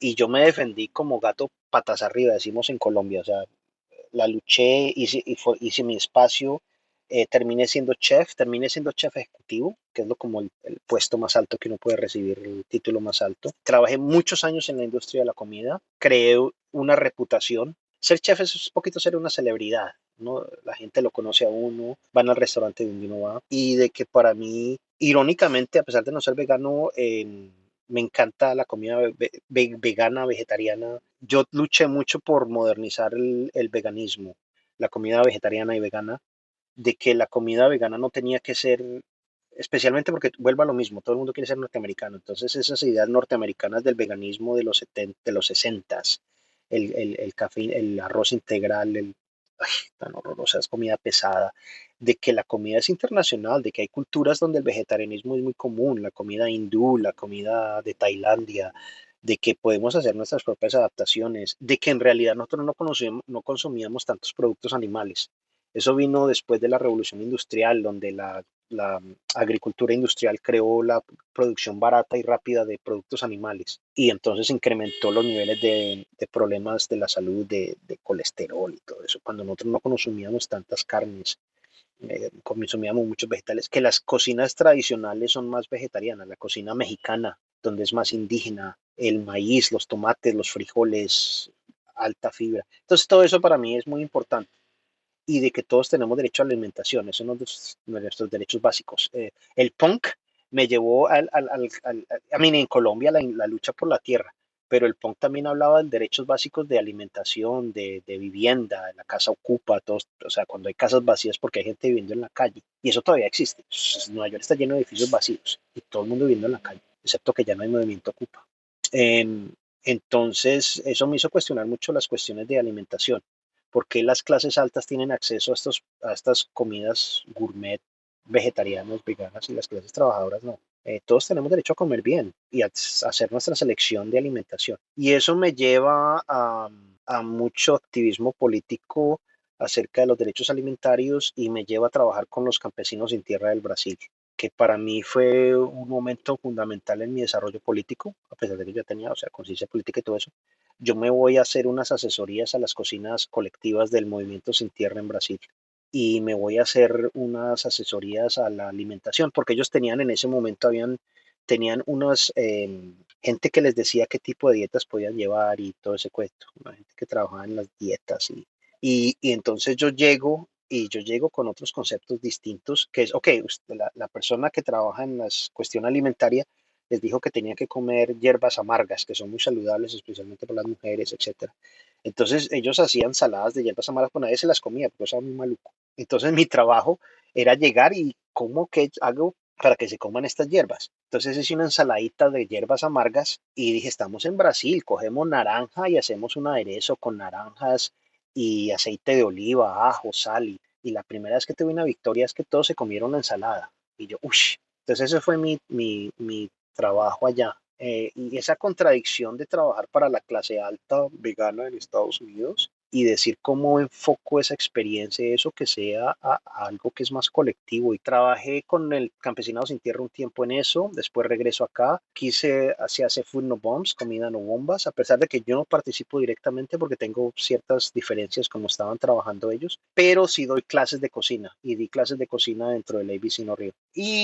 Y eso, finalmente me quemo en esa industria. Finalmente me terminé quemado, estresado, no quería saber más de la industria, me pasaron incidentes horrorosos, es una industria brutal, vuelvo a lo mismo, muy sexista, horrible. El celebrity chef, ese chef que sale en la televisión, hizo unos daños horrorosos en la industria. Todo el mundo creía que iban a llegar a los restaurantes a ser el próximo Gordon Ramsay o cuando en realidad es una industria que yo les decía, hay 400 kilos de papa, los necesito pelados y picados en media hora. Y ellos, ¿cómo así? No es que ustedes creyeron que iban a llegar aquí a tirar hierbitas por encima cucú, pipí, papá. No, hermano, hay que trabajar. Y uno se corta, uno se quema. Bueno, todo eso pasó. Entonces ya me alejo de ahí. Trabajé en otro restaurante que fue mi mejor experiencia.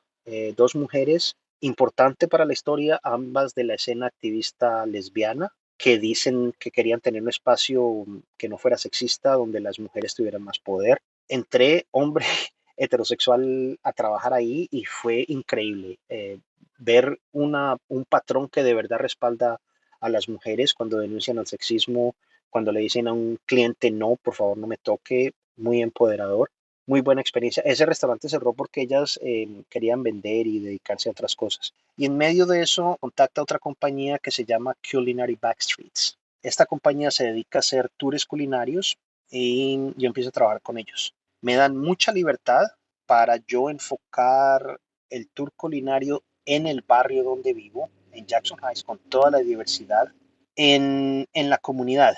Entonces hacemos unos tours culinarios y hablamos, y es como si me dieran rienda suelta y me dicen, usted haga lo que quiera. Y entonces me abre la oportunidad para hablar no solo de comida, lo hablo sobre, porque quién hace la comida acá, y, si es, y es una diversidad tan grande que puedo hacer 14, 15 países en un tour culinario. Hacemos tacos mexicanos, arepas colombianas, eh, chochos ecuatorianos, cachapas venezolanas. Después hacemos la fushka de Bangladesh, somosas de India, etcétera, etcétera, etcétera. Bebidas de Tailandia. Y cuando hablo de la comida, no solamente les digo los ingredientes como normal, ¿no? También hablo de la comunidad. Hablo de la lucha de los trabajadores, de por qué la comida, por ejemplo, colombiana, venezolana, es afro, es en realidad con unas influencias grandes de África a través de la esclavización, de Europa a través del español colonizador, de los indígenas que estaban ahí. Hablamos de la historia musulmana en la península ibérica, de las influencias judías en la comida, de un enfoque político y de migración. Y hablo libremente de cómo fui indocumentado, los llevo a un centro de inmigrantes.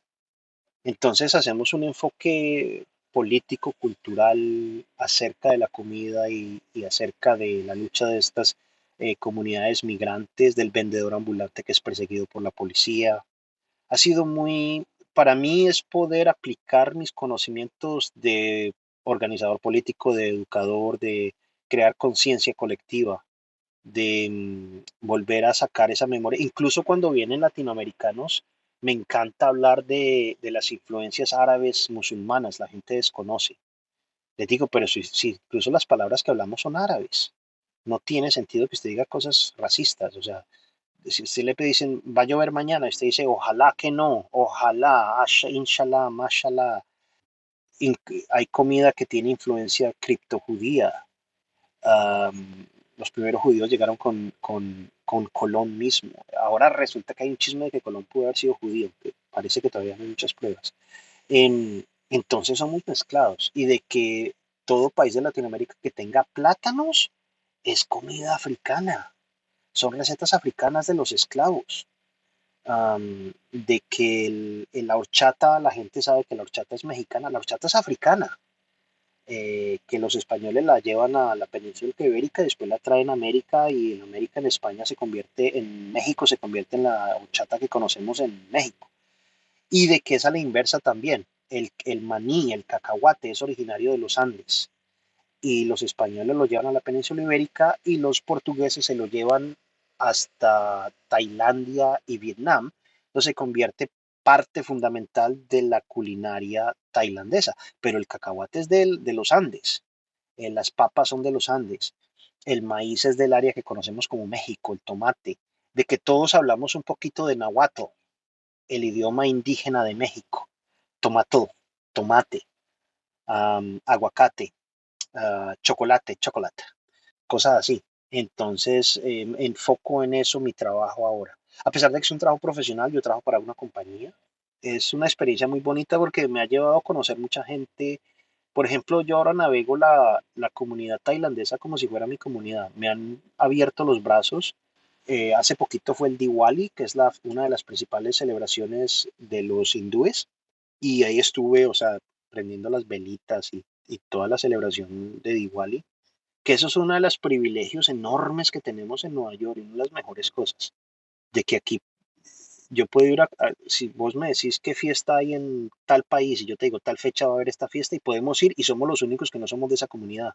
Y eso es increíble. Entonces, voy a los templos budistas, voy a los templos musulmanes, voy a los templos hindúes. Y yo creo que irónicamente ser ateo me ha permitido mucho entrar sin prejuicios a todos esos espacios religiosos y conocerlos. Porque cómo conoce uno a la gente a través de la religión, la música, la comida, la política. Entonces, uno tiene que tener la mente abierta a recibir a la gente donde está. Concepto muy maoísta.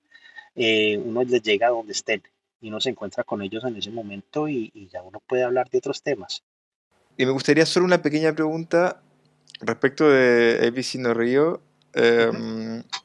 El aspecto de lo que se llama desde afuera la interdisciplinariedad, en el fondo que no es solamente bandas punk, sino que también hay arte visual. Ujú. Entonces, que nos contaras qué tipo de, comillas, disciplinas hay, si es que se cruzan, y respecto de cuando retomen la actividad, qué se va a poder encontrar ahí.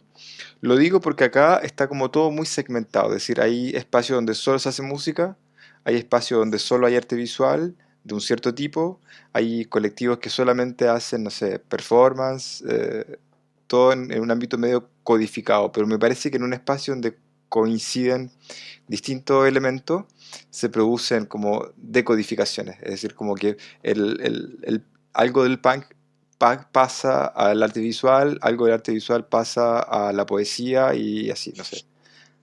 Yo a nivel personal le contesto una cosa a la gente, porque yo también hago documentales, estoy haciendo documentales ahora.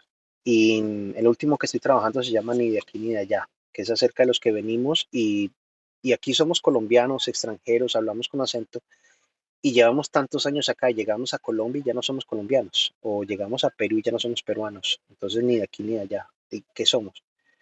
Pero yo siempre digo que yo no soy artista, no soy músico, yo soy punk, neta, completamente punk. Yo soy punk que hace música, yo soy punk que hace arte, yo soy punk que hace documentales. Em, Otras personas lo ven distinto. En el ABC tenemos, hay zona de serigrafía para gente que hace serigrafía, arte, hay galería de arte y hay diferentes formas de arte, arte gráfico, plástico, manual. Tenemos cuartos de fotografía, cuartos oscuros, se hace fotografía, fotografía experimental, todavía se hace fotografía no digital, sino todavía se revela y toda esa vaina. Hay talleres de poesía, hay talleres hay zona de computación, hay un montón de trabajos. La forma en que podemos subsistir y coexistir es porque somos subcolectivos dentro del mismo espacio. Entonces hay un subcolectivo de cuarto oscuro, hay un subcolectivo de punk hardcore, hay un subcolectivo de serigrafía, todo eso. Lo que pasa es que entre nosotros luego se crean, se interseccionan ciertas partes. Un chico que es de la escena hardcore punk, que es parte del colectivo de hardcore punk, quiere hacer camisetas, trabaja con el colectivo de serigrafía, le enseñan cómo hacerlo, de pronto le gusta como arte y empieza a ser no relacionado al punk, pero a hacer su propio arte a través de la serigrafía y luego conecta con la fotografía. Entonces eso dentro del ABC. Hay un fenómeno extraño que acabo de ver en México, que hay un espacio colectivo en México donde decidieron, que es hecho por punks, pero decidieron que no iban a tener música punk ni bandas punk, porque era demasiado destructivo. No entendía la gente punk que durante los conciertos no podían destruir lo que se había construido durante toda la semana. Me pareció interesante ese proyecto. Y hay un paréntesis cómo hicimos nosotros los conciertos y por eso es que existe el concepto de que los del ABC somos una partida de hijueputas, que somos demasiado como estrictos, demasiado rígidos, demasiado, hay otra palabra que se me escapa, porque una de las cosas que hacemos, volviendo al tema, por ejemplo, las drogas, es que confrontamos mucho a la gente. No es ese punk, ni es ese anarquismo, ni en ese momento organizativo donde vos haces lo que quieras, nadie te puede decir nada, sino al contrario, vamos a tener diálogo constante y vamos a hablar de por qué no puedes poner en peligro todos los otros proyectos que existen acá. Que somos muy dogmáticos, esa es la palabra que está buscando. De que el bien común es más importante y no te voy a forzar a creer en el bien común, pero te voy a explicar qué es el bien común. Y si querés entrar al espacio, tenés que escucharme hasta que te explico qué es el bien común. ¿Cómo funcionó? No sé. No te puedo decir qué magia es para reproducir. De que existe de que hubo un momento en que todos nos colaborábamos. Y es difícil reproducir eso, porque no es ni el espacio ni el momento, sino es cambiar un chip, una forma de pensar, donde vamos a confiar todos en todos y vamos a compartir los conocimientos que todos tenemos para que todos podamos hacer. Y si vos haces fotografía, me puedes tomar las fotos de la actividad, que si vos haces arte, esos espacios colaborativos son muy importantes. Esos espacios prácticamente, no quiero decir neutros, pero centrales, donde la gente se pueda reunir y hacer intercambios, porque desafortunadamente, irónicamente, solo aprendimos de los hippies de los 60. Habían esas casas hippies donde ellos se juntaban, y a pesar de que los monks decimos muerte a los hippies y todo ese cuento, pero ellos hacían unos intercambios de arte muy interesantes, de música, de política, de esas casas hippies se convirtieron en las casas punk. Y que desafortunadamente el concepto de casa punk se degenera porque es muy fácil de generar las cosas. Que de pronto la casa punk, en vez de ser un centro o el centro colectivo o el centro comunitario, se convierte en el espacio donde todos vamos a drogarnos, a tomar, a hacer el desmadre, al degenerar. Y yo entiendo que la gente necesita explotar, necesita soltar, ventilar cosas que tienen adentro, esa rabia, pero lo importante es aprender a ventilarlo de manera positiva, que la destrucción sea positiva, que yo quiero destruir el sistema, no a mí mismo, ni a los otros compañeros, y que aquí existe la conversación del tercer espacio, que no sea ni el trabajo ni la casa, sino un tercer espacio donde uno no tenga que gastar plata, porque para muchos el tercer espacio es el bar, pero en el bar tenés que gastar en una vaina de consumo, sino que el tercer espacio sea un lugar donde la gente se pueda juntar. Por ejemplo, una biblioteca es un tercer espacio. Las bibliotecas son muy importantes y que las bibliotecas acá oficiales del gobierno existen talleres de computación, de arte, le enseñan a la gente guitarra y eso es hecho por el Estado y que puede ser hecho por fuera del Estado también, los espacios colectivos donde la gente puede hacer música y arte y que la gente empieza a reconocer que se puede hacer y que pueden trabajar colectivamente. Es difícil, sí, pero se puede. Y que uno se tiene que poner a veces como en esa posición tan incómoda como ser del policía, de hermano, no nos dañe el espacio. Nosotros en Colombia no nos bandere el espacio, no nos dañe el espacio, no nos joda el espacio. Sí, eso es un detalle muy importante. ¿Y qué era otro que estabas preguntando? Yo creo que eso era todo. Sí, de cómo se puede trabajar en colectivo y que la gente participa y de que hay gente que hace arte. Entonces, por ejemplo, los compañeros que hacen la galería de arte, dicen, vamos a hacer un show de arte. Y de pronto hay compañeros que eran de la escena punk cuyo arte empieza a mostrarse en las galerías de arte. Entonces es fluido y tiene que ser fluido. Al fin y al cabo, las letras de una canción punk, ¿qué es? Es poesía, pero con música fuerte atrás. Entonces es fácil transformarla en otra cosa. Y que todo el mundo tiene... otra cosa muy importante, base de todo esto, es que todos tenemos derecho y oportunidad de hacer música, de hacer teatro, de hacer arte, que no es unos grupitos especial, el talentoso. No, eso es una designación capitalista de ustedes, el resto de ustedes no sirven para nada, no sirven un culo, consuman, dedíquense a consumir, no. En Colombia ni siquiera, eso antes del punk, a mí no me viene ni siquiera del punk. En Colombia, antes del punk, existía lo que llamábamos las tertulias. Y las tertulias era la gente del campo, después de terminar de trabajar, se juntaban a hacer poesía, a tocar guitarra, a declamar. Después de la misa el domingo se sentaban en la plaza del parque a hablar, a hacer poesía, a tocar música. Tenemos que volver a ese espacio abierto, no al internet ni al cable, sino al espacio donde todos nos entretenemos los unos a los otros, nos educamos.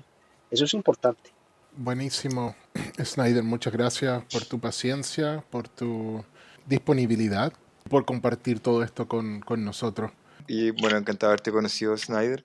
Me interesó muchas cosas lo que tú me dijiste en muchos aspectos, así que me deja en la disposición que yo quería salir de esto también, como con habiendo conocido cosas nuevas y también incitándome para nuevas cosas, de que nos interesa a todos. Chao. Chao, Snyder, chao.